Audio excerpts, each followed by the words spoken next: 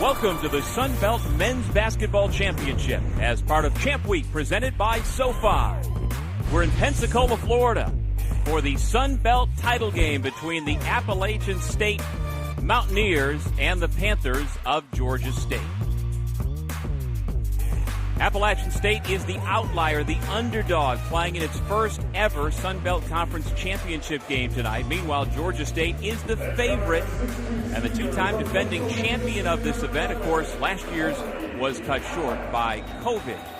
How we got here? A couple of semifinal games played last night in Pensacola. And both of them had some interest. Georgia State able to hold off Louisiana, and then App State needed overtime to eliminate and pull another upset, taking out Coastal Carolina. And welcome, everybody, with former Providence head coach Tim Welsh. I'm Doug Sherman. Glad you could join us here tonight. And, Tim, you know as well as anybody, in these one-bid leagues, you play your entire season for this game, and you're trying to make a little bit of program history. Well, it's a great feeling to get to this point, but when you wake up as a coach or a player on Monday morning of Championship Monday, you've got a stomach that's turning because you've got this far and you just want to get over the edge. And both these teams are playing very, very well. Georgia State with 8 wins in a row, and Rob Lanier's got this team cooking. They really can score 81 points a game. And for App State, just overtime the last 2 nights on threes and fouling on a three. So they've got to feel like maybe a little bit of luck and momentum is on their side as well. Well, one of the guys who can get it up and put it in the bucket for Georgia State is Mr. Rowland, who has a tremendous shot. Corey has been stroking it this week in Pensacola. Well, Corey Allen is a pure scorer. The transfer from Detroit has learned how to win at Georgia State. Rob Lanier said he has made us a winner, and he's learning how to win, and he is one of the reasons they're winning. They space the court with their 3-guard offense, and they are really tough to guard. And for App State, over this weekend, throughout the weekend, it's been Michael Almanasi, because he has been on fire. He puts the ball on the deck. He comes off screens, ready to lock and load. A very good defender, and has really worked his way into the lineup. The New Yorker all the way to App State, getting things done.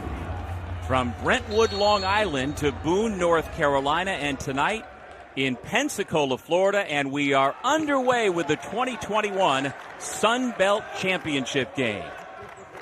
App State with the basketball first.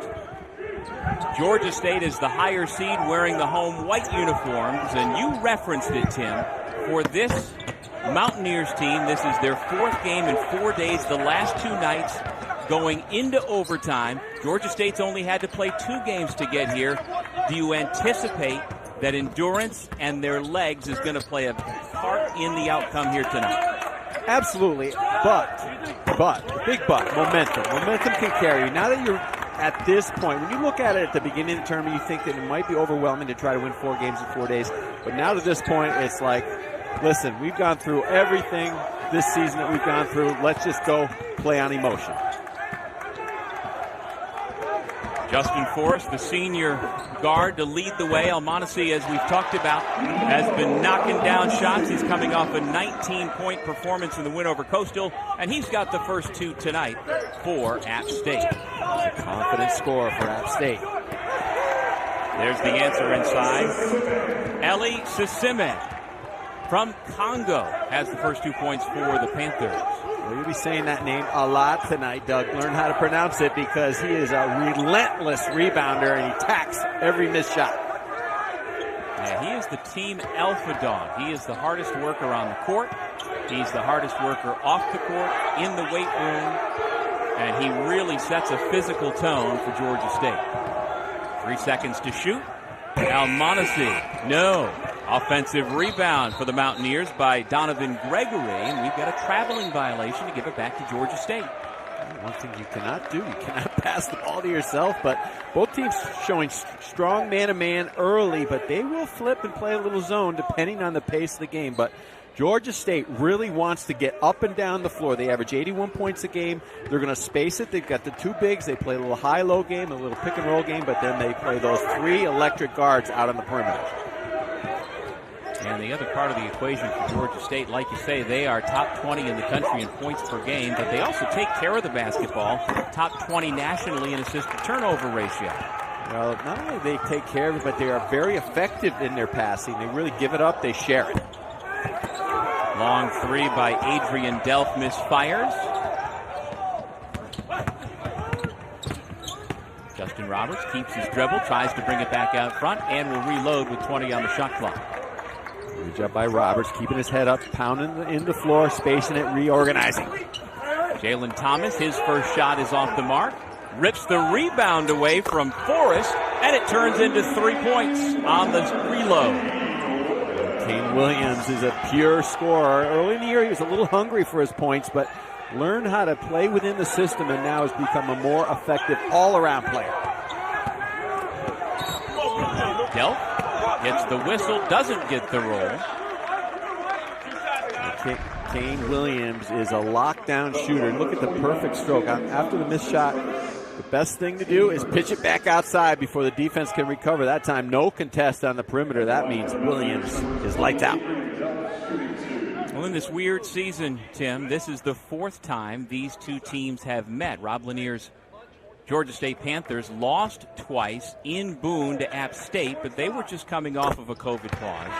And then in the return game to Atlanta, the Panthers beat App State, but App State was without one of its key players because of COVID. So do we make anything out of the regular season series, or can there be something gleaned from those three games? You know, I never make anything out of the regular season series when you get to the championship because all bets are off. These kids are just dying to win. They're going to play so hard. They're going to leave it all on the floor. And really it's going to come down to who makes shots from the perimeter and who handles the basketball well and runs good half-court offense. Mountaineers with the basketball down by 2 early. Nice spin into the lane, absorb the contact, and Justin Forrest has his first 2 points. Well, Doug Sherman, that's what you call a power guard. Forrest kind of plays like a power forward at that point or two-guard position. Just lowered his body, spin moved in the lane, took the hit, and finished. I'm sure his father, the former forward at Georgia Tech, first-team All-ACC, James Forrest, would appreciate the physicality there. Justin Roberts, no, and the rebound saved for App State. Had a great name in college basketball. Georgia Tech, James Forrest was an unbelievably great player in the ACC. Clean spot up. Delph has the triple. That's a good spot up and good ball movement early by App State. Spacing the court, driving and kicking on the weak side before Georgia State could recover. And at this point, App State is playing again without James Lewis Jr., their 6'8 junior forward. It's because of an ankle injury. He's been in and out of the lineup the last couple of weeks. So R.J. Duhart, 6'9 sophomore, got the start again. Banked in. Banked free either way. It looked like it hit his arm as well. App State flying early. 9 unanswered points for the underdogs from Boone, North Carolina. We've got a held ball and will take us to our first media timeout. This, Doug Sherman, is why you throw out all the records on Championship Monday. Funky things can happen off the window. And maybe a foul, too. ESPN's exclusive presentation of college basketball is brought to you by SoFi. Get your money right.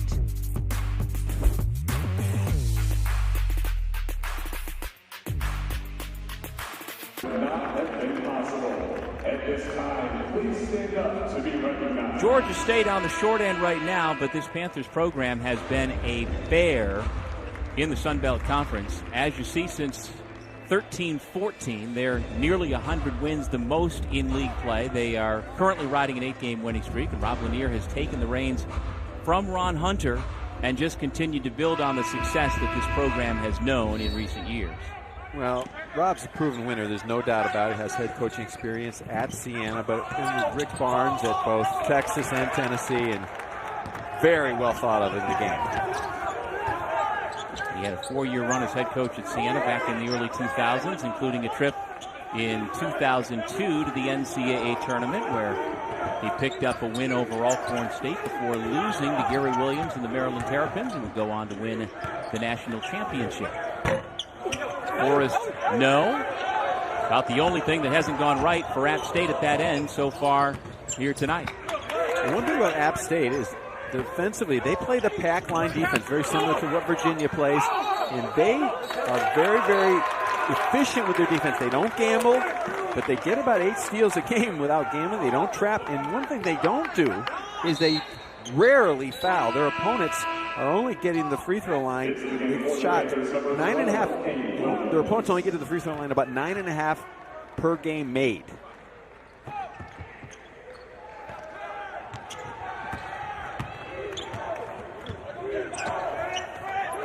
Donovan Gregory hands it off. And here's R.J. Duhart getting the start again tonight. He played 40 minutes last night in that win in the semifinals over Coastal. 7 to shoot. Gregory in some trouble. Almonacci barely grazed the iron. Here comes Kane Williams quickly up ahead. He finds the open man, Evan Johnson, for the easy layup, and that snaps the 9-0 App State run. Well, that's what Rob Lanier told us earlier this morning. He goes, pace is so important. We don't want to play the game in the 60s. We want to play the game in the 80s. That's how. You got to get out and get easy buckets.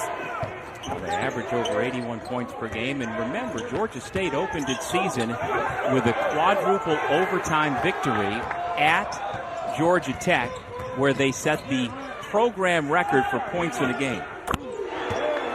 And here they come. 5 unanswered points after the 3-point bucket made by Ryan Boyce. That's way too easy, and that's un-Dustin Kearns-like defense, because he's pretty upset over there on the sideline. No one picked up. Boyce came down as a trailer, was wide open.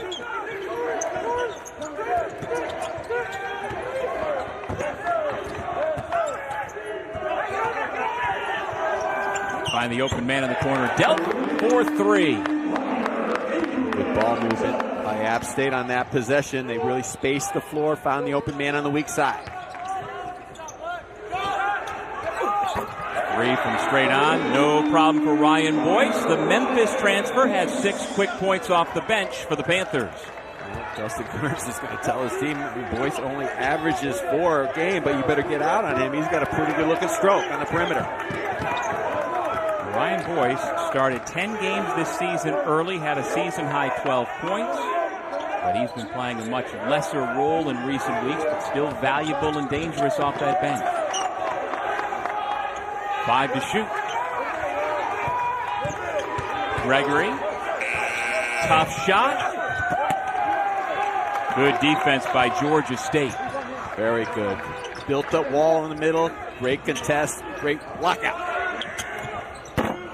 Corner 3 is good. Rattled in by Johnson, the freshman from Durham. You see the way Rob Lanier lets his players play pretty freely. They come down, they space the court, they move it around, and then they attack in the half court. It's now an 11-3 run for Georgia State, answering the 9-0 run for App State. Kickball. And that'll take us to our next media timeout with the surging Panthers back in front. Moving the ball, spacing the court, playing with pace, head up, kick ahead. That's why they average 9. Conference should be outstanding. 9 o'clock on ESPN. Gonzaga continues its pursuit of perfection. Tim Welsh will the Zags wind up running the table and becoming the first men's team since Indiana way back in '76 to go undefeated. I'm going to go on the fence because I'm just hoping for a Baylor-Gonzaga final. I mean, watching Baylor play this weekend, they're back. But Gonzaga certainly has all the weapons. And you know what they are, Doug? They're a much more physical team than people give them credit for. But everybody talks about their ability to score in 91 game, 91 plus. But they're a very physical team, and they're hard to guard in the transition and the half court. Well, that should be fun. Tonight, 9 o'clock on ESPN, the start of the West Coast Conference semifinal. It's now a 14-3 run for Georgia State. Georgia State just comes out of transition, and they're thinking one thing: score quickly, but in an organized fashion. And that time, they didn't get up and guard Williams. You must make him put the ball in the deck with his right hand. The senior from Douglasville, Georgia, making his second triple of the night. 9 minutes in Pensacola, Florida. And again, a long possession leading to a long jump shot. Georgia State quickly coming back the other way. App State's got to try to pound the ball inside a little bit more, try to drive it into the gut of the defense, and then kick out to try to get an open three. Johnson.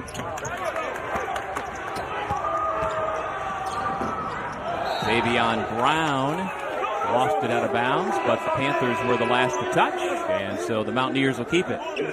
Let's get a good look at the freshman from Sacramento, who played at Sheldon High School, where he was a teammate of Arizona State standout freshman Marcus Bagley, who, of course, is Marvin's younger brother. Well, App State will run on an opportunity, and they can rebound the ball. They've got the quickness to get out and run because they have been struggled against this Georgia State defense in the half court.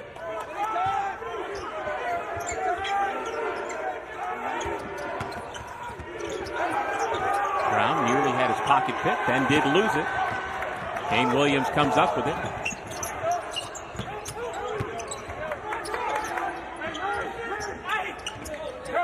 Williams tries to get the foul call, throws it up on the rim, but it's just a missed three-point shot. Well, that's not a good look by Williams out on the perimeter. He's had a good night so far, but he's got to keep the ball moving from the top if App State gets up into his face. Just past the midpoint of the first half. With Tim Welsh, I'm Doug Sherman from Pensacola, Florida. Georgia State up 5 in this title game in the Sun Belt. Justin Forrest. And a foul call. That's just the second foul of the game so far. Second on Georgia State. Rob Lanier did not like that call, and I agree with him. It looks like Forrest initiated the contact. He just shoves his way through the door, and Roberts picks up the foul and the pain. So the first on Roberts, the other foul has been called on Thomas, and you see him grabbing at the bridge of his nose. You're right, Tim. You got Forrest at 195, and Roberts takes the pain to the face, the whack, and gets the foul. Forrest is like that. He's very good. He's very crafty as a guard. He's got good footwork around the basket where he just kind of finds an angle and he spins in and draws the contact. Lane violation. And it looks like it's James Lewis Jr. who has come into the game. So in spite of that ankle injury, Dustin Kearns is using his big man, but a little too aggressive or anxious stepping in, I guess. Well, that's the last thing you want. You got a guy who's almost 80% from the line. You should not be trying to barrel in and violate. These points are too valuable.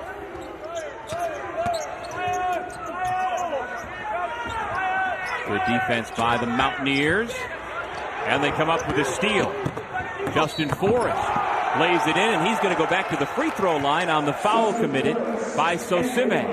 Well, this is App State defense at its best, the pack line. If you dribble the ball into the gut of the defense, you have to expect that second and even third defender, and they never got themselves into a flow. And App State taking advantage with the big fella, Forrest. He was a first-team All-Sun Belt player a year ago when he averaged 17 points per game. The Sun Belt has decided this year, Tim, not to have voted already on their all-conference teams and player of the year. That is being done this week in Pensacola, and they're not going to announce those awards until Thursday. The idea is, in this strange year, with the league being split into two divisions, the East and the West, and neither side seeing the other until this week at the tournament, that they were going to let everybody see everyone else in the league in person before making their votes. But I would think that Forrest is certainly going to be in the mix to wind up somewhere on an all-conference team. That man is relentless on the glass. Sosime, he is just beast. He goes up every shot. Rob Lanier says his nose is on the basketball.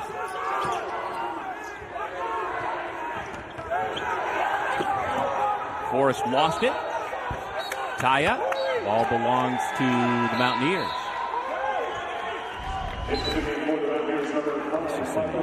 Look at him. Just misses the shot and then just goes, finds his own rebound, and just the ability in traffic to make plays, and Rob Lanier couldn't have been more glowing of his praise. He just said everybody gets their energy from Sosime.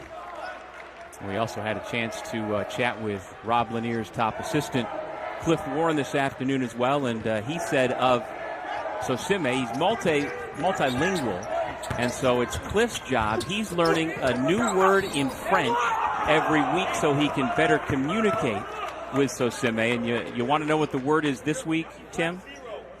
I don't know if you know French at all. I know relentless. That's what I would say when he is on the glass. I mean, he's a coach's dream. Everybody wants to have a guy like Aliel Sosime. I just like saying it.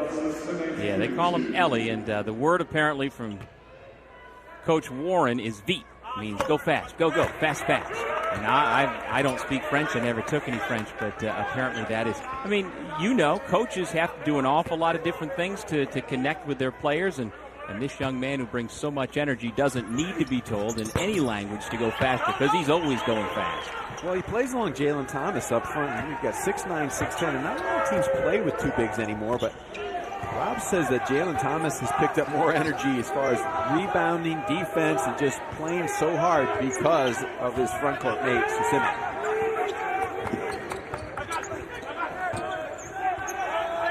Michael Almonacci spent last year at Division II Southern New Hampshire after his 2 years at Division I Stony Brook. Turnaround misfired by Duhart.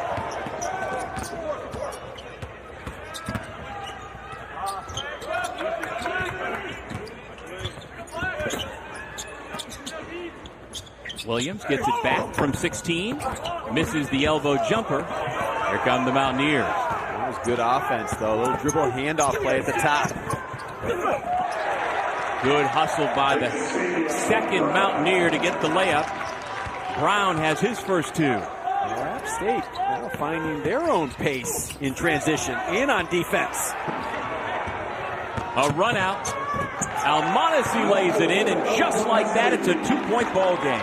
It's starting with their defense, their activity with their hands. They play with a lot of hands out in the passing lanes. Off the bounce, they're going to give that help and really attack the dribbler as he gets into the lane. Foul on the shot, count the bucket, and a chance for three for Justin Roberts. Great footwork by Roberts. First time in a few possessions that Georgia State took their time. They got into the gap, they didn't rush things, and one.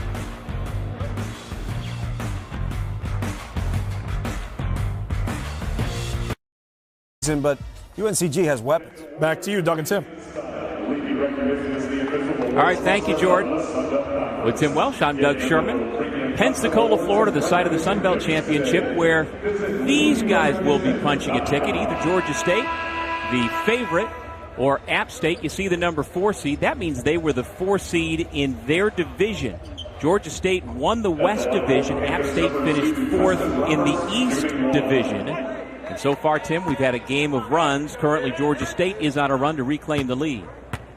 Georgia State, a little uncharacteristic, Doug, in the last few possessions, last 3 or 4 minutes, turning the ball over, kind of putting their head down and dribbling into traffic. They're better suited when they space the floor, dribble drive, and then quickly kick it to the other side of the floor to the open shooter.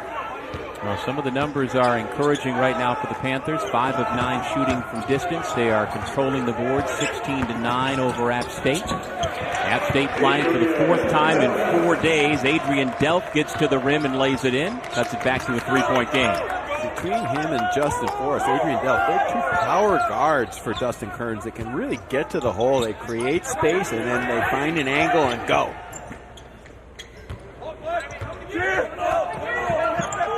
App State has 4 of its 5 starters averaging double figures. The other one who we have not mentioned quite so much tonight is Donovan Gregory, sophomore from Charlotte, who had an incredible stat line in their semifinal win last night over Coastal Carolina. Had only 4 points, but Gregory had 14 rebounds and 8 steals.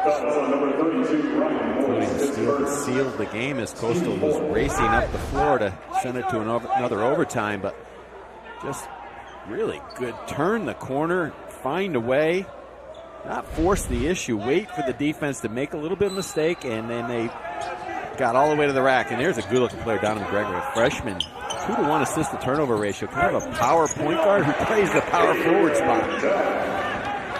Mountaineers back within a point. Under 6 minutes remaining in the half. Ryan Boyce has come back onto the floor for Georgia State. This is Boyce getting the ball back and laying it in, and he'll have a chance for old-fat three-point play. Well, this is what Georgia State does. This is why they're in this game tonight. They're a very unselfish and a skilled passing team here with the head up, finding an angle, and you see Roberts with that perfect old-school bounce pass delivery down low to Boyce. Like it. Well, Ryan Boyce spent 4 years playing for Penn Hardaway. 1 year, senior year at East High School in Memphis, and then was with him for his first 2 years of college. Actually left mid-season last year to find a new destination. He also was on Team Penny, the AAU program, and so he played with Wiseman and Lomax and all of those guys for years, but he has charted a new path going to Atlanta to play now for Georgia State, and he's got 9 important points off the bench tonight. Both teams have kind of settled into this basketball game, kind of playing their own style right now, trying to impose their will. Here you see Gregory trying to make some things happen at the top.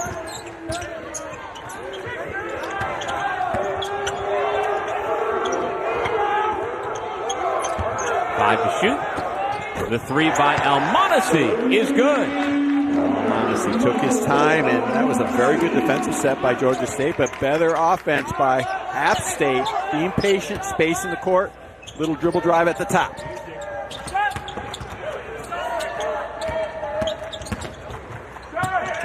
After turning the corner, Johnson connects. App State, much better job the last 3 or 4 possessions of being patient, changing sides of the floor, not rushing, not dribbling into traffic.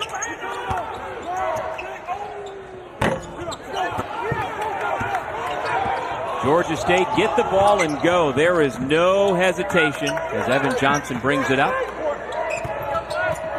Kane Williams on the pick and roll, has his pass knocked away, stolen away by App State. It's a rare turnover from Kane Williams. Georgia State again, most of their perimeter players, excellent passers. Once again getting to the rim, this time though unable to finish. Out of bounds. Thomas couldn't gather that pass, but he's fortunate to keep as Duhart was the last to touch. Doug, when you do a deep dive into these teams, some of these teams that you haven't seen a lot on television during the season, and you start breaking them down, the first thing you look for if the team's efficient is their ability to pass and their assist-to-turnover ratio. And first thing that jumped out to us is when we looked at Georgia State, 6 out of their 9 players that are in their rotation having a positive assist-to-turnover ratio. That's why they average 81 a game. And on their 11 made field goals so far tonight, they've got 8 assists. Another good indication that they are connected.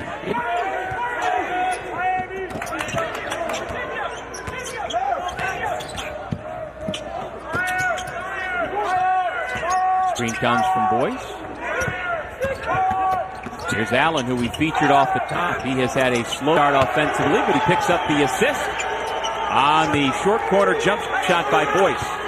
That's what you have to do. You have to be ready to make that next pass, and then your offensive teammates got to slide into an open area because the help's going to come with the pack line defense. You're going to see that second defender, so your teammates got to slide into an open area, and he's got to make himself available. On the takeaway, it's going to be an easy 2 for the Panthers. Justin Roberts, the junior from Indianapolis, makes it 34-27 Georgia State. Well, everyone talks about Georgia State's offense, but their defense is very underrated. They really get after you with quickness, and tonight they're bothering App State in the half court with active hands. Here is Almonacci, who we said came out of Brentwood High School on Long Island in New York. Do you know whose record for all-time points he broke, Tim?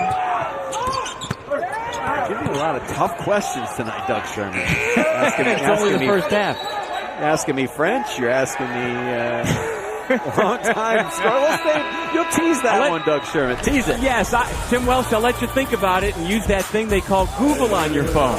If not, I'll tell you what it is. Georgia State flying behind Justin Roberts.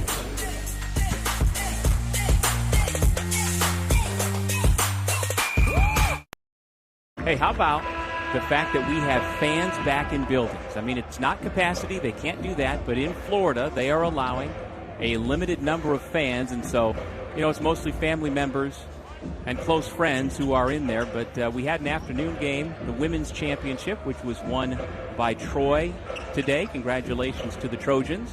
And it was nice to have some atmosphere. And we've got the same thing tonight. Fans have made the trip from Atlanta to root for Georgia State. And those who've come from Boone, North Carolina to root for App State.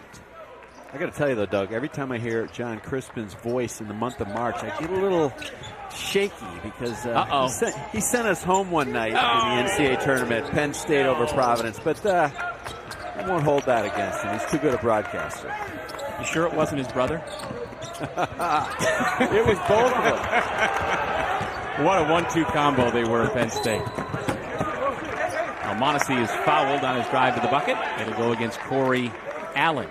And Sean made a good comment back in the studio, Sean Farm, because, Georgia State really kind of played uneven there for a period of time in the middle of this first half. They seem to have settled in, and you've got to be very protective of the basketball and running your offense in the half court. And it's a fine line because Georgia State wants to run, and they want to get it up and play with pace. And Rob Lanier said that was the first thing he said to us today. We want to make sure we play with our pace, but if we have to play in a half-court game, we've got to get organized because their defense is very, very good. All right, 11 points now for Almonacey. Have you figured out who he passed? All-time Brentwood basketball, great program for many, many years, who used to be the all-time lead scorer before that man. I was going to say Derek Rowland, Mr. Albany Patroon, but you've got another name, I'm sure.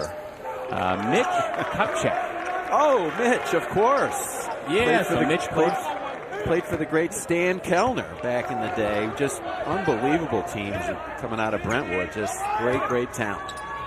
Of course, Mitch went on to be a great player at North Carolina and have a long NBA career, both as a player and now still in Charlotte as an administrator. Whoa. Couple block shots.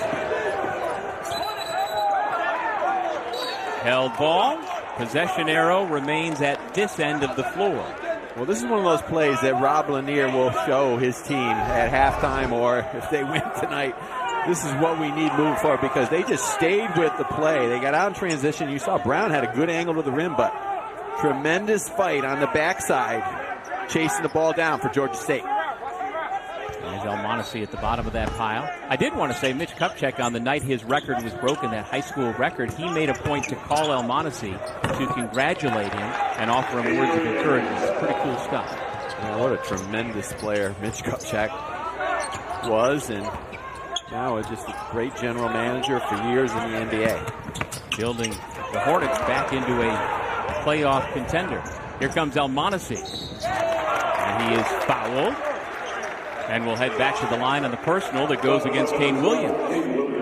So you can see he plays with that little fearlessness that they have in the playgrounds of Brentwood. And I have to look it up after, Doug. I'm not sure. I'd say he's probably the first player from Brentwood ever to go to App State. That's probably a pretty good guess. He played a couple of years at Stony Brook. He was recruited out of high school by Steve Keuchel, of course now the head coach at Rutgers, who's about to have the Scarlet Knights back in the big dance for the first time in 30 years. But after 2 years at Stony Brook, he decided to transfer down to Southern New Hampshire, although that's a very good Division II program, where last year he averaged 16 points per game. And he's really picked up right where he left off, and he is a guy who can put up points in a hurry. And for a team like App State, and he's already well into double figures, he can keep you in a ball game. Well, Dustin Kern's done a really good job at App State, and this team, we watch them on film, and we watched a lot of them. We watched the games over the weekend and some of the previous games. They are pretty organized on both ends of the floor. They never get out of their game plan, and it starts with defense. That is a three-point bucket, a big shot for Jalen Thomas coming off. Well, the last time these teams met, he put 22 on the Mountaineers. He put 22 on him, but that is his first first three of the season. So you can see why they maybe didn't go out and contest him, because the scouting report, he's a very good mid-range shooter, but that's not his range. But tonight, anything's going down. Well, you got to get a hand in that man's face. Almonacey is heating up and has the Mountaineers back to within 2. 30-second timeout. Back right after this.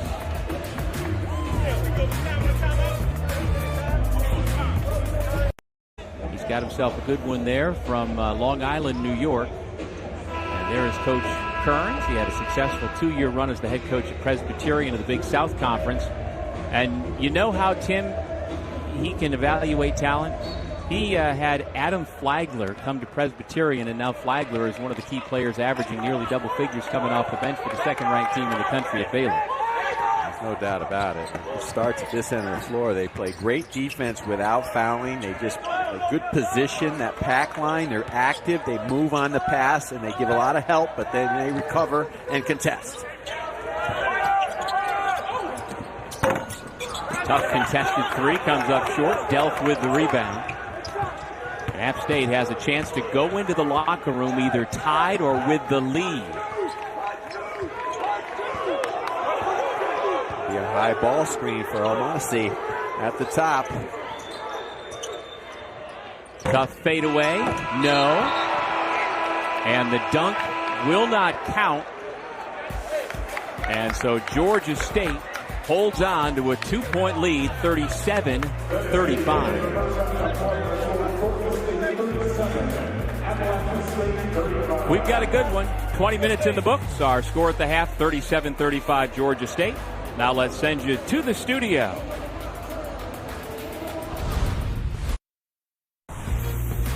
Welcome back to the Sun Belt Men's Basketball Championship as part of Champ Week, presented by SoFi. At the Pensacola Bay Center, we have reached the start of the second half in this championship game of the Sun Belt Conference, and we have ourselves a ball game.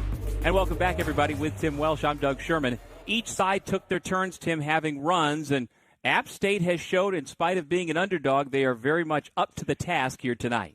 Well, they are, and there's a reason these two teams are in this game tonight, because they're both playing very well. They're built to last. App State with their defense, Georgia State playing on both ends of the floor, fast pace, but also very good defense in their own right. And listen, with App State tonight, it's been their defense early, and then Georgia State kind of got sloppy with the basketball, but got themselves back in the game, started running better offense. Then App State came back in the second part of the first half because they pushed the ball up the floor, and they were dynamic at the guard spot. And it was Michael Almonacey who was most dynamic, leading App State in the scoring column. Well, from Brentwood, New York, all the way to App State. How did you find your way there? Well, this is why they wanted him there, because he can do this. He can knock down shots, and tonight he has come ready to play, playing with confidence that has been building this weekend in Pensacola, averaging over 18 a game in the tournament in the last 3 games. And listen, Georgia State has got to just continue to stay the course, limit their turnovers against this stingy App State defense. In the history of these two programs, Georgia State has been to the NCAA tournament 5 times. Appalachian State has only been there twice, and not since 2000. So one of these two teams in 19 minutes and 47 seconds, barring overtime, is going to be cutting down the nets and heading to Indiana on a charter flight to get ready for the big dance. Got our first free throws of the second half on this first possession. Eli Sosime makes the first and makes it a 3-point lead. Well, I think Georgia State's got to get Sosime and Jalen Thomas a little bit more involved in the offense, and they've got to move better. They play a little high-low game, but also get out, pick and roll on the wing, and then look for each other inside. A little pressure in the backcourt off of the made free throw by Kane Williams. Handled by the Mountaineers, and now they can attack, and they get an open 3 off of it, but can't cash in. And we've got a foul on the rebound, and it goes against R.J. Duhart, the 6'9 sophomore from Boynton Beach, back in the starting lineup here in the second half. He's aggressive on the putback. Not much there.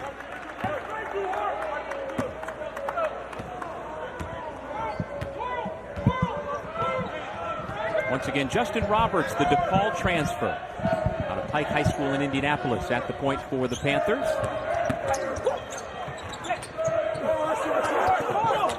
Thomas way off the mark, and that's well within his range. His game has expanded where he can make a runner, those elbow jumpers, turnarounds. He can back you down. He can shoot from the baseline, but you wouldn't know it from that last try. Rob Lanier said he has an improved motor, and that is his spot, but App State was right in his grill with the contest. Now that coaching staff at Georgia State thinks that he has the potential down the road to be an all-conference type of player.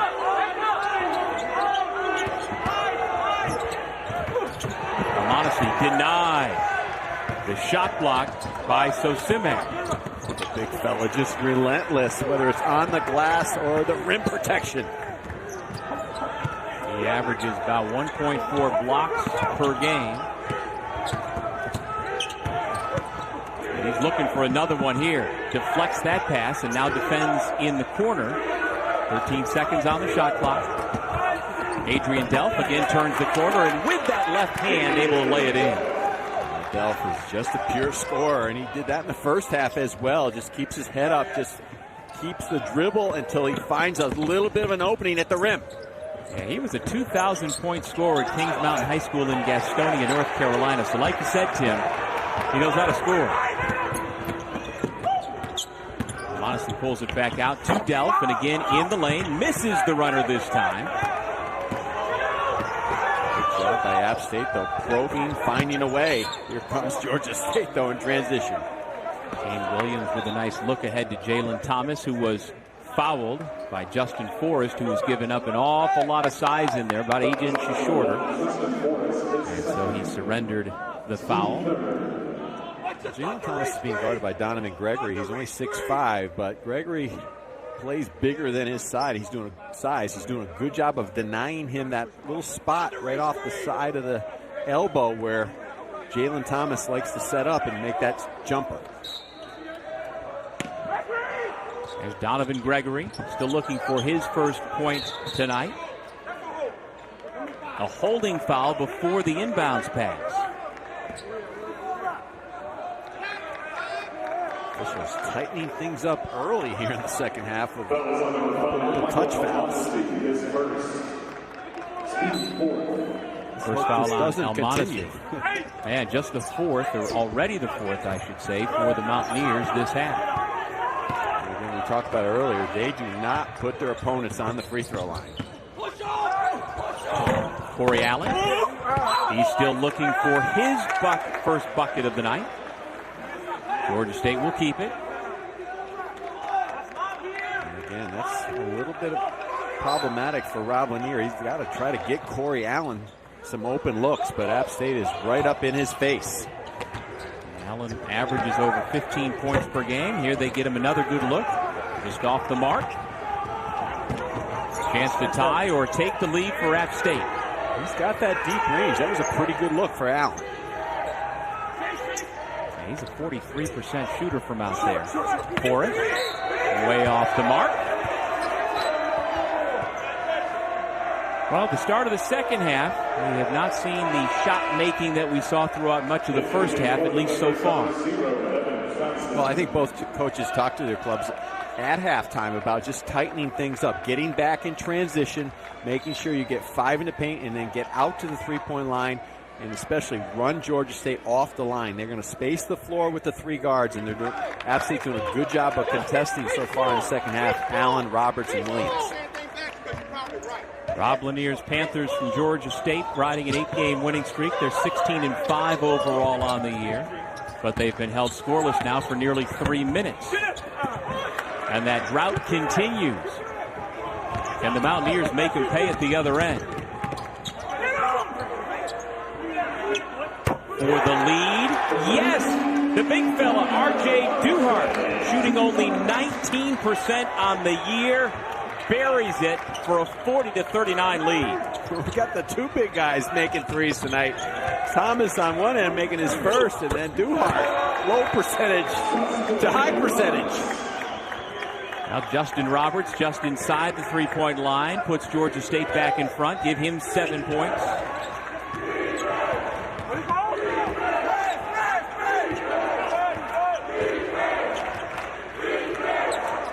Nice to hear some fans in the building chanting defense for Georgia State.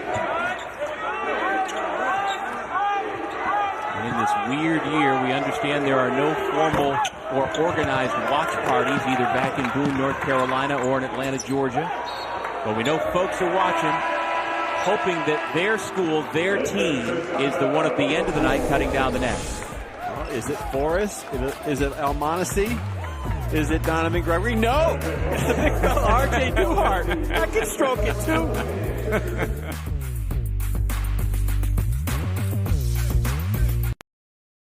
You believe we see the Duke Blue Devils as a 10 seed playing in a first-round game on Tuesday afternoon?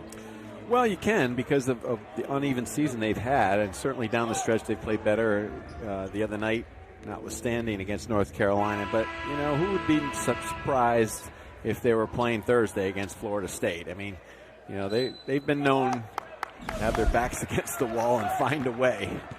Coach K, I'm sure, will make sure they're ready to play in Greensboro. Well, the fun tips off tomorrow afternoon on the ACC Network. Second round coverage on Wednesday, also on the ACC Network. And then beyond that, the quarterfinals, semis, and championship game will be on ESPN and ESPN2. We see Joey Brackett says Big Ten's going to have 9 teams in, and then the ACC with 7, Big 12 with 7 as well. But those 2 sevens are not necessarily equal, if you know what I mean, Tim. Well, here's what I see from the games I've watched in the last couple weeks. 2 teams coming on late that are not in the field, according to Joe, but are close, are St. John's, who I think is playing good enough to be in the NCAA tournament, and Syracuse, with 2 good wins last week over North Carolina, and Clemson starting to play well as well. Well, you just became a much better friend in my eyes when you talk up my orange like that. That's a wonderful thing, Tim. I know you went there. I didn't know you went there, Doug. That's right. Sorry about that. Look at my screen. You can see where I'm sitting with all the stuff behind me.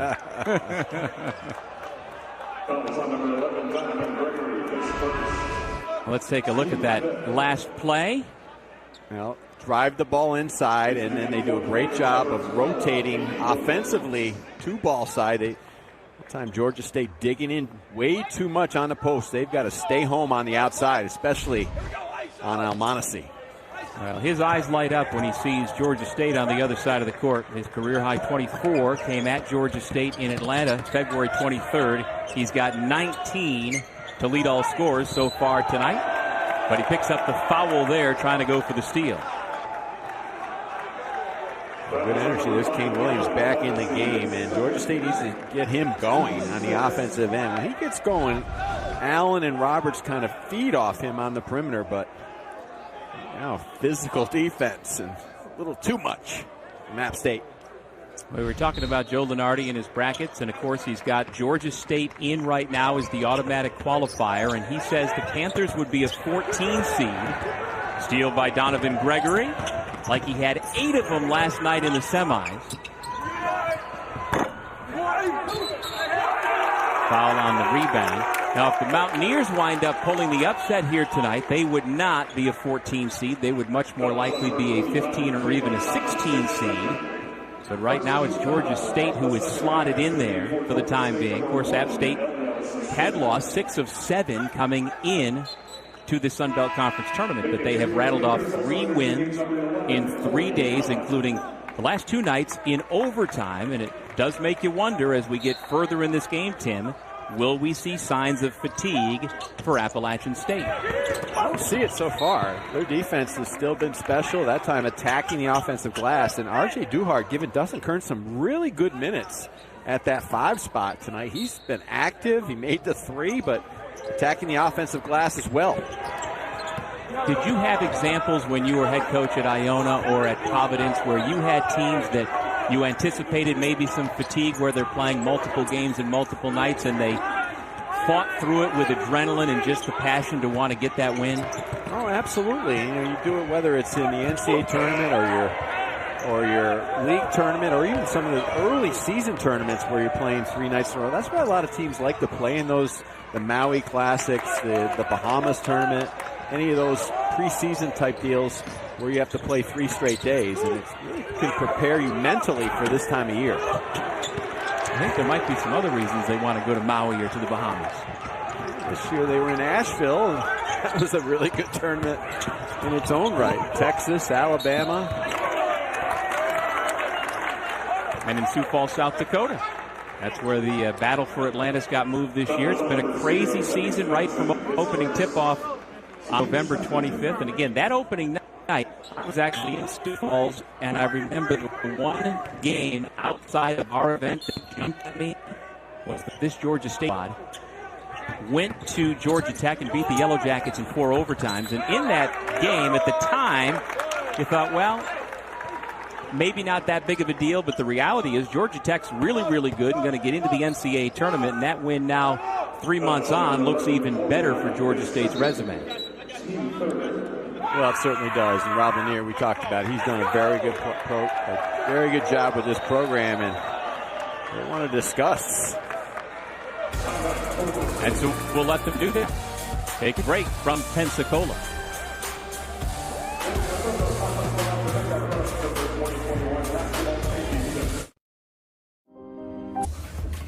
When the Associated Press released its latest top 25 earlier today, Baylor moved back up to number 2 in the country after Michigan fell to 4th.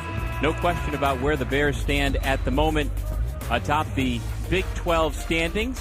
The Phillips 66 Big 12 Championship gets underway Wednesday with a couple of first-round games, and your reward, if you're TCU or Kansas State for winning that game, is you get the Baylor Bears. Have fun with that. There's no reward in this league, and as you can see, and we've seen it all season long. Oklahoma's kind of tailed off a little bit down the stretch, but I wouldn't be surprised if, they're playing in the second weekend of the NCAA tournament, but what a league. And we'll see if Cade Cunningham comes back to play in the rematch against West Virginia. And he was named the Big 12 Conference Player of the Year earlier today to Cade Cunningham. AC Joey Brackett's #1 seeds. Do you think that's going to hold? Do you think those 4, including the 2 from the Big 10 Conference, are going to stay put? Oh, yes, I definitely do. I don't think there's any way they can fall off the ledge at this point. I mean, Illinois is just playing unbelievable right now. And Iowa DeSumo coming back with the broken nose, the face mask, and getting 19 points in their win over the weekend. I mean, they are just clicking on all cylinders. Almonacin, no. I must say that Io DeSumo mask is the coolest mask I've ever seen on a basketball player. Oh, there's no doubt. The young Welsh in our house already wants one, and he doesn't have a broken nose. Corey Allen gets into the scoring column after missing his first 6 shots. The senior from Ypsilanti, Michigan, draws Georgia State back to within 3.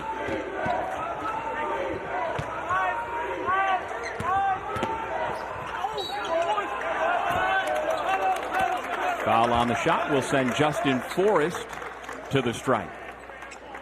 Forrest just pushes himself right through the door. The door doesn't have to be open. He's coming in.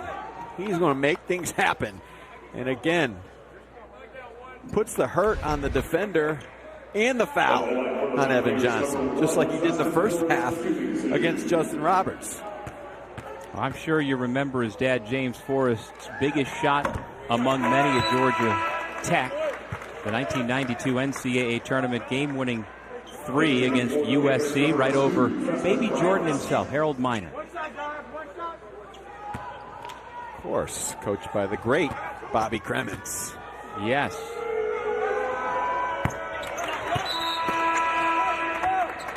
(48-43). App State's largest lead was 6 early in the ball game at 11-5. Georgia State's largest lead was 7 late in the first half.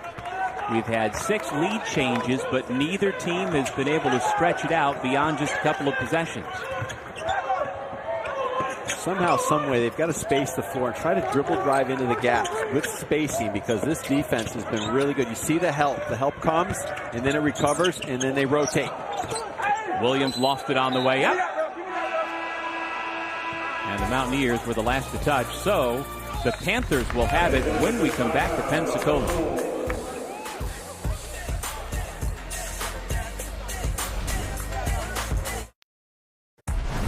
I'll tell you what, Michael Almonacci is well on his way to an all-tournament team spot, and if App State pulls the upset, he'd be the most outstanding player, I would think. 6 of his 22 points coming here in the second half, and Tim, he has not slowed down from the start. Well, he's only averaging about 12 points a game on the season, but you look at him, especially this weekend, he likes it here in Pensacola because he is a 20-point scorer this weekend. He is a guy that just is born to score, and you can see his comfort level. And it takes guys like him sometimes a little bit longer to get comfortable with the system, what the coach wants, when he can go, when he has to slow. But he has been dominant tonight and confident. So now just 2 points off of his career high. 3 to shoot. They get a clean look from the corner, but can't cash in as Ryan Boyce, who is their leading scorer tonight, misses the 3. Contact, no call. Allen missed the shot. Well, they do a good job, though, building the wall. Duhart was there. It looked like he was going to go for the block or maybe foul, but he backed away, just got protected with the long arms, contested, no foul. Their possession. If you're Coach Kearns and his staff, Tim, how do you implement that? Defend this well without fouling? Well, here's what they do. Dustin talked about it to us earlier today. He said he went and visited different schools when he got the job, and he saw some schools just letting players just beat each other up. We're going to play hard, and there's a bang. Everything's going right now for App State, but play defense. He has his assistant coaches referee practice, and they referee it airtight because he doesn't want them to play free and hard in practice and foul, and then they get into a game and it's not realistic. So they call fouls in practice. You see, they just shy away from any contact inside, but they still contest and protect. Now with their largest lead, in no hurry, with 10.5 minutes remaining on the clock in the second half of the Sun Belt Championship.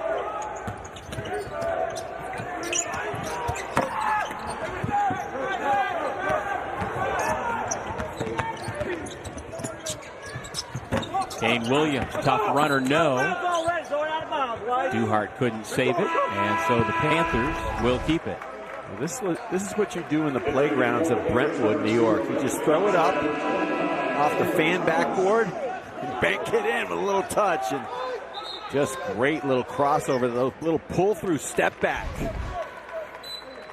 And so with that, he banks in his 23rd and 24th points. You see it ties his career high. Second time he's put that on Georgia State in the last few weeks. Foul on the floors. Kane Williams had the ball. And that's the 7th team foul against App State. And so Williams, who is a 66% foul shooter, will get a 1-and-1. When you look at someone's stats, we talked about their ability to pass the ball with Georgia State, their assist-to-turnover ratio, and that's a positive. But for App State, they've made, Doug, 24 more free throws than their opponents have attempted on the season. So getting to the bonus is a rarity against App State.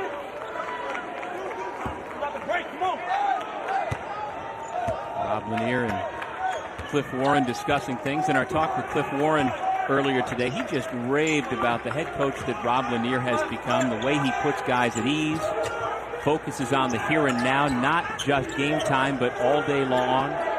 And he instills in them, Tim, so much confidence. And we saw that in their semifinal win when they faced some adversity last night, and they're facing some real adversity here tonight.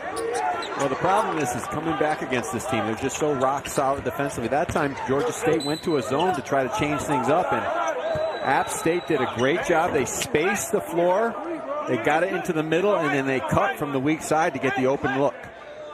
There's Cliff Warren, the all-time winningest head coach in Jacksonville history. Valuable piece of Coach Lanier's staff at Georgia State.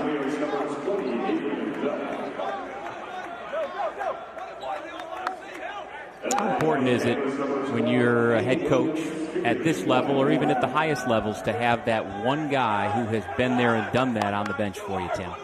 Well, to have somebody that's sat in that seat, they understand what you're thinking, what you're feeling, and they can help divert a lot of the stuff that comes across your desk or comes across the floor on a day-to-day basis with the players, and understanding that that head coach needs constant support, and also a guy that can tell him maybe, you're not doing things the right way on occasion, and somebody that you trust. And that's what you need, because that's invaluable. And those two guys are great working together. And Rob was a very good coach at Siena, and then went back with Rick Barnes, and there's no better guy in my mind to sit next to than Rick Barnes. And Rob did a great job for him at Texas and Tennessee. Yeah, he was at Texas before he got the Siena job under Barnes, and wound up working his way back after stops at Virginia and Florida. And all along the way, he could recruit. And he's gotten that opportunity once again, past his 50th birthday, another opportunity to be a Division I head coach. And he truly relishes it. Fights for the ball still. Finally secured by the Mountaineers. Well, App State doing a good job of not allowing that second opportunity. And so Sime, again, just relentless trying to go for that offensive rebound. But App State builds a wall. They seal. They're great on the cutouts on the perimeter as well.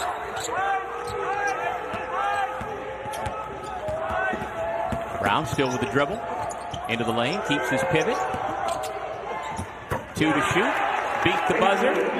Pretty good possession if you're Appalachian State. Patience, patience, patience. They waited till Georgia State made a mistake. They kept their dribble, waited to the end of the clock, and found an opening.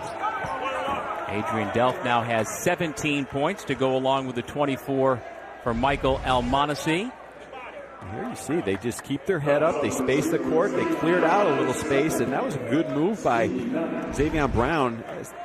As they were driving into the gap on the baseline, he cleared that space and gave his teammate an opportunity for a free lane to the rim. And so now Evan Johnson, a freshman out of Oak Hill Academy, at the foul line.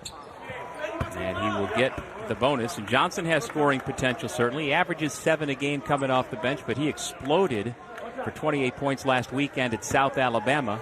The most by a Georgia State freshman since R.J. Hunter's 38 against Old Dominion 9 years ago. A little full court pressure. Rob Lanier just trying to change the pace of this game. Maybe a couple turnovers, quick threes to get back in it.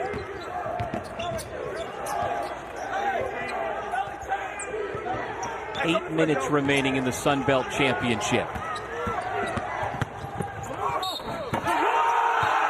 Count the bucket and one. It is Michael Almonacci's world tonight in Pensacola. Michael Almonacci, head up, contact, driving right, shooting left, over the shot blocker, and a foul. App State rolling. Championship with Tim Welsh on Doug Sherman, and App State has now opened up its largest lead, and Dustin Kearns has an expression, Tim Welsh, that really seems to apply for what we've seen out of the Mountaineers tonight. Oh, there's no doubt. That's his theme this year. Embrace COVID or waste the season on COVID. So embrace the COVID season.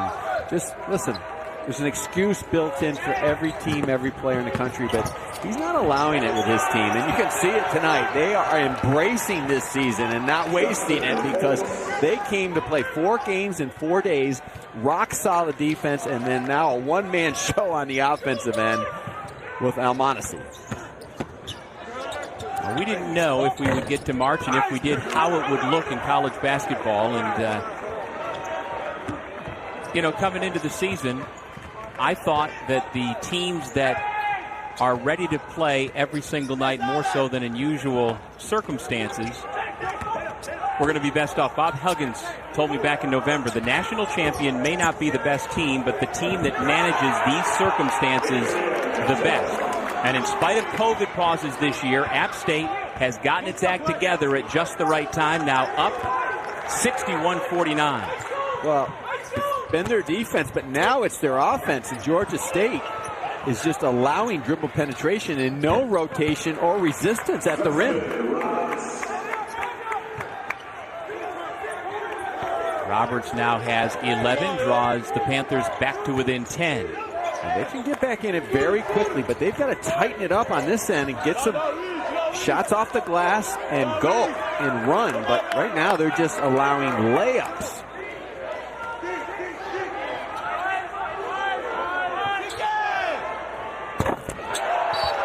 Long three-pointer. that makes it a 13-point lead off the fingertips of Justin Forrest. Under 6 remaining in the Sun Belt Championship.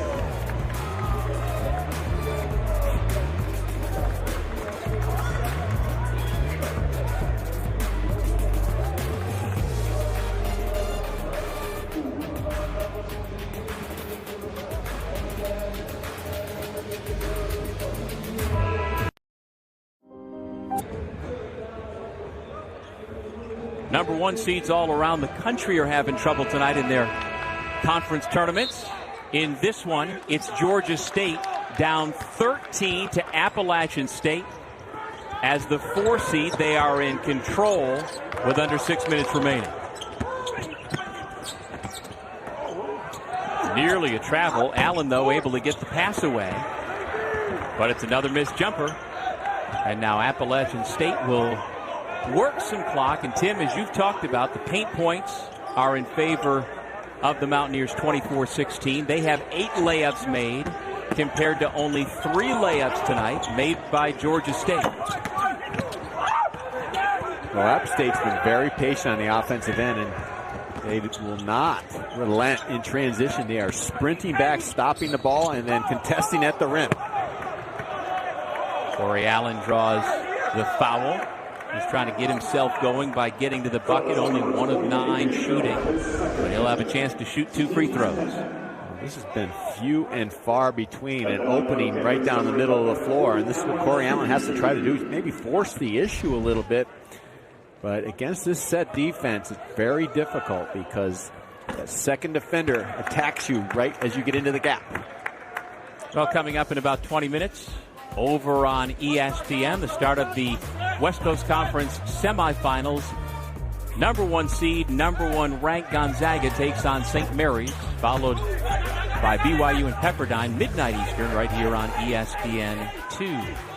Mark Pope's done a great job at BYU, and his second year. They would have been in the tournament last year, but should be this year as well. And he's hoping for a little rematch with the Zags. Or maybe not. Yeah, be careful what you wish for. Exactly. We have passed the 5-minute mark now. Donovan Gregory hands it off. 3 to shoot. It's good by Almonacci. 67-53. Well, you're Rob Lanier. He said, what else can we do? We force a fadeaway 3 at the end of the shot clock, but this man, Michael Almonacci, has just been lights out, unconscious, put the team on my back, please. Almonacci is 6 of 9 from beyond the arc, 10 of 17 overall, 30 points as he continues to build on his career high. This was a man who was playing at Division II, Southern New Hampshire last year, who has come to life in Pensacola this week. Dustin Kern said that might have been a little deep, but okay, wait, pull it out now. Let's use a little clock. Let's be smart. Up 14. Delph has it taken away by Roberts. 2-on-1. Roberts gives it up. Johnson lays it in. Well, Adrian Delph just relaxed a little bit, putting the ball right out in front of the defender, and Georgia State's going to get an offensive foul here. Timeout on the floor with 3:31 remaining. ESPN's exclusive presentation of college basketball is brought to you by SoFi. Get your money right.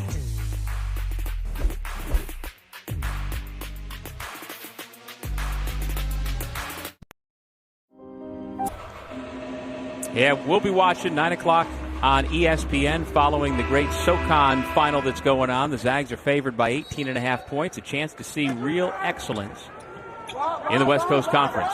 We've got 3.5 minutes remaining, 67-55. The number 1 seed, Georgia State, is in some real trouble. App State, 2 turnovers in a row, though. Let's see if they can make a 3 and get back in this. But again, contested. One and done. Now App State's got to get themselves reorganized against this pressure. You mentioned earlier, Tim, hearing the Georgia State fans in attendance chanting defense. We just heard some of the folks who made the trip from Boone, North Carolina, having a little bit of fun as their Mountaineers are getting close to winning the Sun Belt. Just over 3 minutes to go. Ball will stay at this end with 16 on the shot clock. There you go. That is a tremendous sight. The league, Sun Belt Conference, and City of Pensacola has done a really nice job this weekend with this men's and women's tournament. Utilizing two different facilities, the semis and the finals for the men at the Pensacola Bay Center, where we are tonight.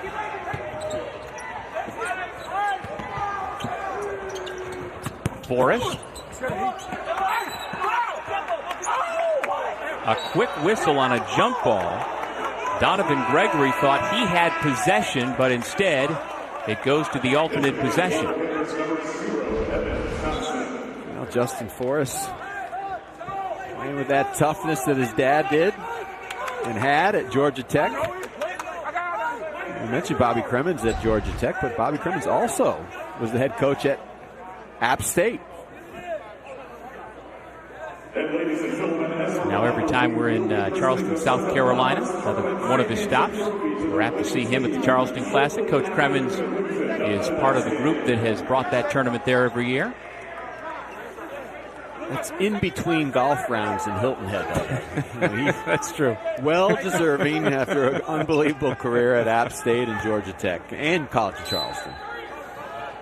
They've put 3 on the shot clock for App State. Out of bounds. That seemed great defense right from the start. Well, good defense by Georgia State. They had that play scouted. They like to run that little dribble handoff for Almonacci, and this is a hard play to defend, but that time Evan Johnson just got right up in the passing lane, forced a turnover.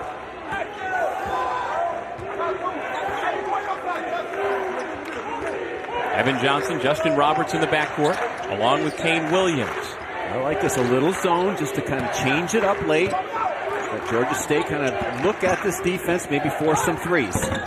Corey out from the middle of that zone, rattles one home, and it's back to a 10-point game. Good job by Georgia State organizing, not forcing a three, getting the ball right in the middle. Allen got the ball right at the foul line, little mid-range. And at this point of the game, Tim, I've got to figure that's not a bad foul to give up. You're trying to turn them over, and down 10 with 2:20 to go. That's not the worst thing in the world. Well, you got to stay aggressive. There's no doubt about it. You can't get back on your heels. You got to try to force the issue and see how App State reacts. And the pressure of this game builds. So far, so good for App State. They look like they're calm under pressure, but if the clock winds down, teams will react differently. They still have only 5 team fouls, now 6, allowing for the Panthers to be a little more aggressive on this possession. We need a bucket. You go to Almonacci, but you need somebody just to bust through the defense. Justin Forrest just puts his head down and lowers those big shoulders and finds a way. I mean, he's so strong, but he's also very good with the ball. And that was not the 6th. That was the 7th. Our numbers were a little bit behind, so it is a 1-and-1 for Justin Forrest. Coming up on Selection Sunday at 7 Eastern, 4 Pacific on ESPN and the app, it's Bracketology. Reese, Jay Billich, Jay Will, Seth, and Dickie V will break down the brackets and have special guests. Sports Center starts it off at 5:15 as Reese and the guys reveal the NCAA men's field of 68 as the teams are announced. Well, we all missed the tournament so much a year ago, but the thing I missed second was the great arguments from these guys. Mm-hmm. Who got in, who shouldn't have got in, and let's go. Sunday night.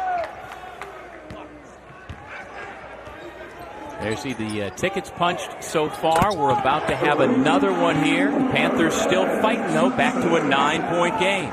Well, they are fighting. They haven't lost their heart at all. Great body language, continuing to pressure. Rob Lanier doing a nice job of rotating guys in defensively and finding a way, a little ball screen at the top. And first time in a while that Johnson got loose out on the perimeter. They went underneath the ball screen. He's got 14 points for the Panthers on 5 of 6 shooting. Under 2 minutes remaining.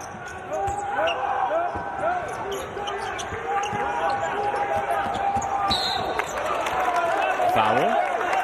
App State will have a 1-and-1. It's so hard to knock Justin Forrest down to the ground, but that time he did a great job. Just saw a little error in between that trap, and they've got to seal this trap off. See, he closes it out. He throws a little bit of an elbow and clears the space, but they've got to hold their ground and try to draw the charge as he tries to split the double.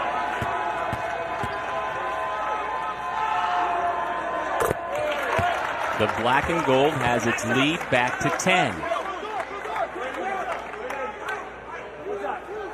It's been 21 years since Appalachian State went to the NCAA tournament. They've been only twice in their program's history.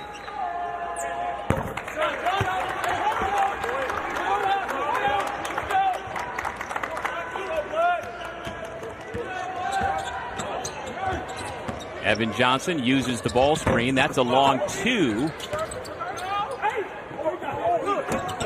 From the corner, tough shot goes. Beyond tough in the corner, and Kane Williams trying to force the issue. They need something to go, and they did against that tough defense. Kane Williams, a couple of years ago, was on the all-tournament team at the Sun Belt Conference, trying to get there again. Kane Williams can do that. He doesn't need much space, and Donovan Gregory, that 6'5", kind of gets caught flat-footed. Doesn't think Williams is going to pull the trigger with him right up in his grill, but he does. So can Appalachian State continue to take care of the basketball? They've got 11 turnovers so far in the game. Georgia State has 10. But App State has been rock solid, especially here in the second half. It was a 2-point Panthers lead at the intermission, 37-35. They led by as many as 7 points in that first half. And there was actually one moment in that first half, Tim, where I thought it might start to get away from the Mountaineers, and they responded quickly, and they have never relented. Well, it's been their defense. And, we all said it. It's a cliche, but defense travels well. And you don't have to rely on your great shooting. You don't have to rely on fast-paced basketball. If you get back and play that solid defense night after night, you're going to be in most ball games. And it's carried them to this point so far, but they've got to be careful. They're a little unorganized at times against this pressure, trying to dribble against the traps. They got to make sure they space the floor, look up the floor by way of the pass, and try to burn Georgia State on the backside for a layup against this pressure. By the way, love those jackets those two women are wearing for App State.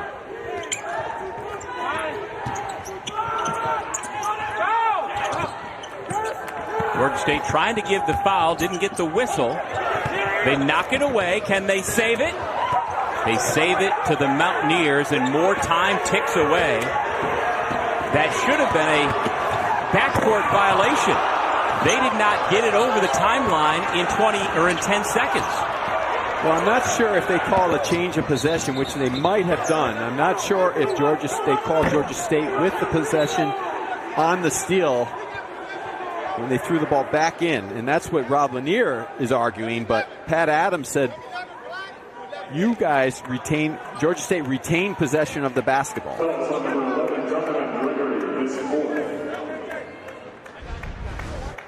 You see the pressure here, and this is what we were talking about before. And right, the clock should have been reset. The shot clock should have been reset after the steal by Georgia State, and then the turnover back to App State. So good job by the officials understanding that the clock should have been reset as App State has a player down on the floor. Well, I saw in that replay there was a random shoe at about midcourt, and I wonder if it has something to do with the injured player who we so far have yet to identify.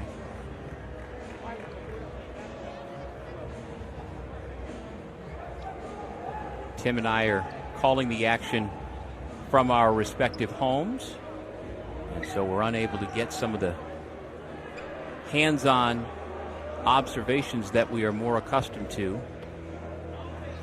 And so we're just waiting along with you folks. Did I hear it's Justin Forrest? Yeah, indeed, it's Justin Forrest now on his back.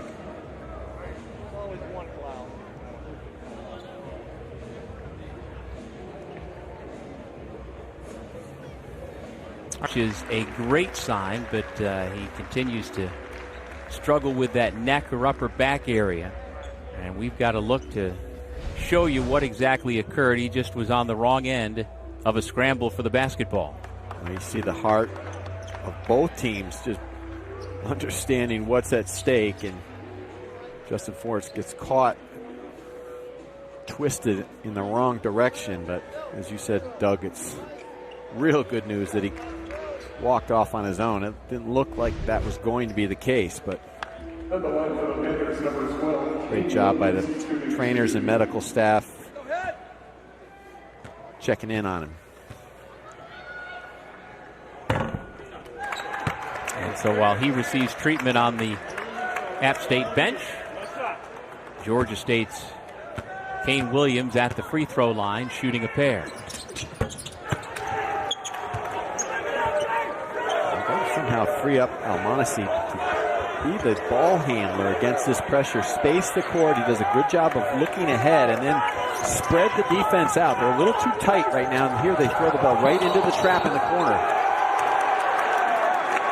Traveling violation. Georgia State gets the ball back down by 6. Yeah, I don't like what they're doing against this pressure, and give Georgia State tremendous credit. They forced the ball to that coffin corner, and you cannot dribble through there. And Forrest forced his way through a double, and they allowed it. But that time, Almonacci traveled, and Georgia State's pressure bothering App State. They've got to change up their press offense, space the court, try to beat it with the pass. And on the inbound, with that full court pressure, they brought Ryan Boyce to defend the inbound to help get the turnover, and they turn it into 2 more points from Williams. It's a 4-point game with under a minute to go. And Georgia State right now, they are forcing their way to the rim, and App State backpedaling. They're not up on their toes. They're on their heels, almost like they're wishing and waiting for this game to end. They've got to attack this pressure and make Georgia State pay. Here you see them, they back up, just give him a layup. They have not done that the entire game. But Georgia State doing a good job with this pressure. They're switching up, they're organized, they're trapping their first pass, and they're cutting the middle with the backside defender. It's 7 unanswered points over the last 38 seconds for Georgia State to get back in this ball game. And again, Appalachian State is playing right now without their injured senior point guard, Justin Forrest. Here, this is a close play, and I would think they take a look at that one. It's not cut and dried that ball is off Georgia State. Yeah, I agree. Now, Pat Adams had a great angle. You see he's right there.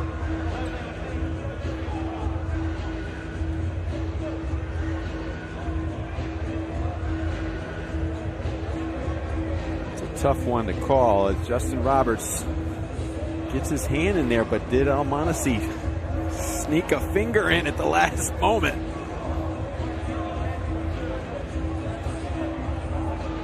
Now, if this is Appalachian State's ball, it's in a very difficult place to inbound. Down in that corner, and you cannot move. I don't think there's enough there. It looks like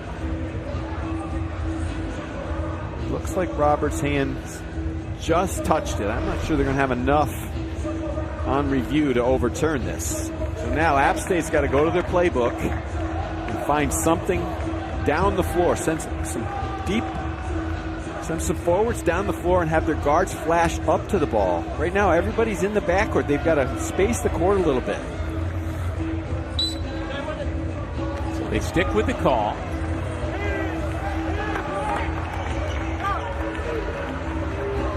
Now let's see what the Mountaineers do against that Panthers pressure this time. App State has not had a field goal in going on 4 minutes. And from that weird angle, the inbound finally comes to Almonacey.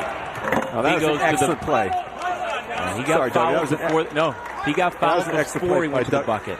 Dustin Kearns had the opportunity during that review to reorganize their press offense, and they had a little false motion away from the basketball. Watch Almonacey, he kind of circles back and then has the presence of mind to push off a little bit and then cut and get open. And that's what you have to do. You've got to get the ball to your best player and have him turn away from the ball and then come back, or set a screen for him, or have him set a screen and then come flash back to the ball.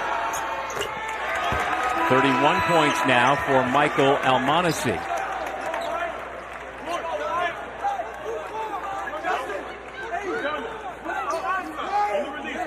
Georgia State's got to figure out what they want to do defensively. They've got to get back and be aggressive in the half court because, App State. Georgia State, you know what they're going to do. They're going to put their head down and try to get to the rim, or if App State overhelps, they're going to drive and kick for a three. App State taking care of its business at the line in the second half. They're going to go and review this one to see whose basketball it will be. Well, Doug Schaus called it off App State, but they are saying that this ball went off Kane Williams' leg. I think it did. It sure looked like it. But are we 100% sure that it didn't graze Gregory on the way by? Well, that angle looks like it didn't. I think they're going to overturn this because Kane Williams, that ball went right off his leg. You see the way it flies off his knee, that he deflected it, hand in, off the knee. This should be App State's ball. Pretty clear to me, too.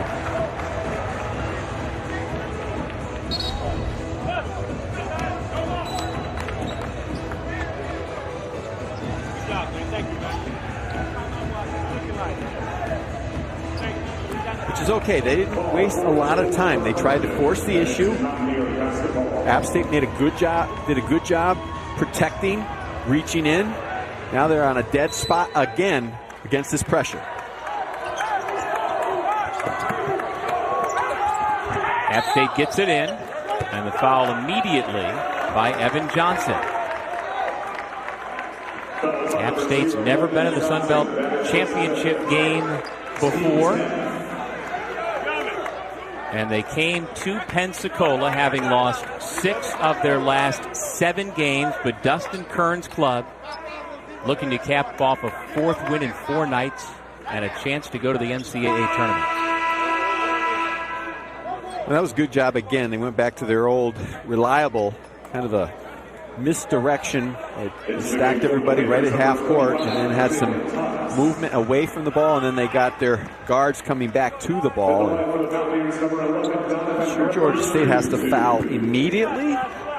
Doug, they have the possession arrow. I mean, they could look for the tie-up if they have the opportunity.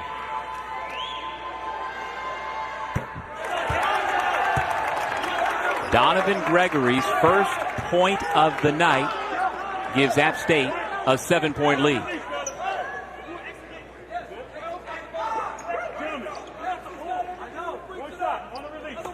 Well, without Justin Forrest in the game, App State did a very good job of spacing the court and being strong with the basketball against that pressure. The big foul shots for the sophomore from Carmel Christian High School in Charlotte. Williams, no. Rebound. Duhart, and the foul. App State got back to their bread and butter. They didn't play back on their heels. They got back in a stance, and they protected the paint. They stopped the basketball, contested, cut out, rebound. And so Duhart, who got the rebound smartly, who's only a 50% foul shooter, handed it off quickly to Gregory, who's now made 3 in a row. That's a cool-looking freshman at the line to go to the NCAA tournament. Nothing but net.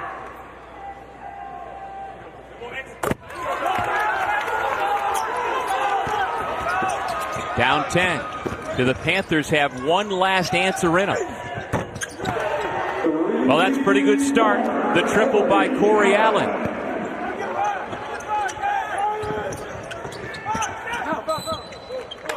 Foul on the inbound, and they'll walk the 94 feet to the other end of the floor for 2 more free throws.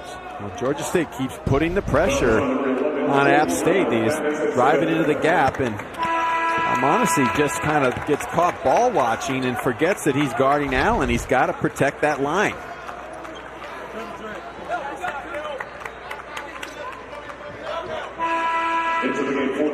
And so we have our second foul out. Allen takes a seat along with Johnson.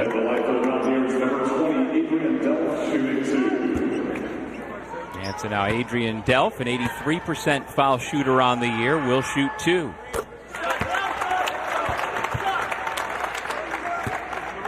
Well, what I like that App State's done here in the last couple minutes is they put a little ball pressure on Georgia State. They're not just letting them walk up the court and sitting back in their defense. They're putting that soft pressure on them to let them know we're still going to guard you.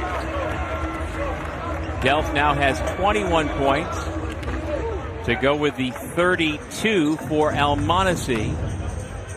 Forrest sideline, he's got 15 points, the 3 in double figures for Appalachian State. They had a losing record in conference play this year and were a significant underdog in this game, and yet they have controlled the tempo and pace of play throughout much of this second half, and they enjoy a 9-point lead with just over 30 seconds remaining. And really, they don't have much size at all. R.J. Duhart's at 6'9", but other than that, without James Lewis, who's a very good player, a guy that gives them about 8 and 5 and 23 minutes a game, they just play bigger than their size. They play such hard on defense. They give a lot of help. They rarely give up a straight line drive to the rim, and they've been one and done on the glass. They really do a good job of blocking out. Yeah, Lewis has only played a minute or 2. He's been nursing a tender ankle, and they have gone with the lineup they have. Williams, no. And the Panthers will keep it. Good hustle by Ryan Boyce. One thing Georgia State has not put their head down and said we're defeated. They keep putting the pressure on App State, and with the ability to make threes like they have, they may not have enough time, but they're still doing a good job of not forcing the issue, waiting to find an open look. Foul on the 3 that gets called against Duhart. And so the door remains ajar. Well, that's a good job by Georgia State, just running this little dribble handoff, and the old kick your leg out, hope that the referee buys it. Not sure this is a foul.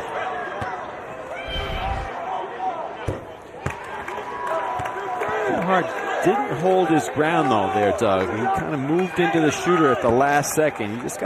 You've got to contest, but you can't be over aggressive. No doubt it's a fine line.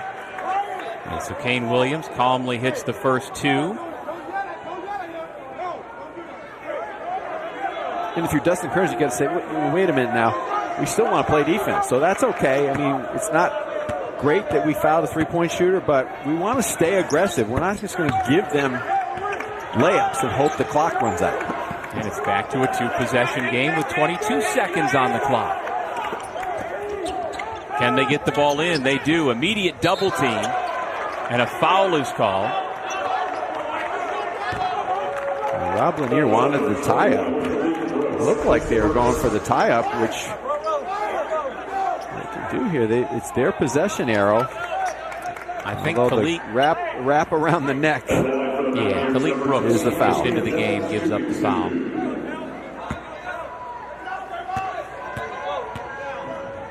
Yeah, Boyce understood. I had him tied up cleanly, but he didn't understand his teammate was reaching around his head and neck.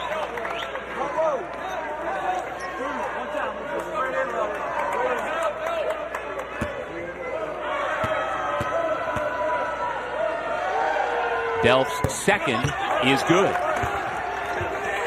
App State continues to put on token pressure.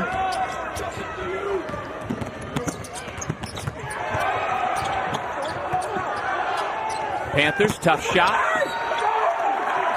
And a foul with 10.9 seconds to go. Well, that's just a tremendous job by App State. Dustin Kearns, I love that what he does defensively here. He just doesn't go back and sit and say, okay, let's hope the clock runs out. Good, hard pressure. Contest. Look at the attack on the drive with hands straight up in the air. Built the wall. Forced the tough shot. Well, Tim, we asked at the start, would fatigue come into play? And it certainly has not. App State has fought through playing 4 games in 4 days, and they have not relented. And as you've pointed out repeatedly, it's been at the defensive end where we have seen them dig in. They're digging in against a terrific offensive team, too. Georgia State can score, but tonight is App State's night as they embrace the season. They didn't waste it. Appalachian State, for just the 3rd time in program history, is going dancing. Champions of the Sun Belt Conference, they will hop on a charter flight from Pensacola to Indianapolis, and they are in the field of 68. Great job by App State. Congratulations to Georgia State on a terrific season, but App State, what a weekend in Pensacola. The 2 overtime games. Then tonight, just defensive dominance, toughness, character, and too much. Michael Amonisi. The dunk by Donovan Gregory, his only field goal of the night. He had 4 clutch free throws made in the final couple of minutes. And Appalachian State, with a 17-11 record, is in the field of 68. And that tells the story right there for the head coach, Dustin Kearns. With his family, they are going dancing. Well, we spoke to him this morning. He was a little groggy after back-to-back overtime games, but he said, you know what? Our defense can carry us, and they did tonight, and they played a team game with a lot of toughness and beat a very good team. That's all from Pensacola. App State wins the Sun Belt Championship. So long from Pensacola. Welcome into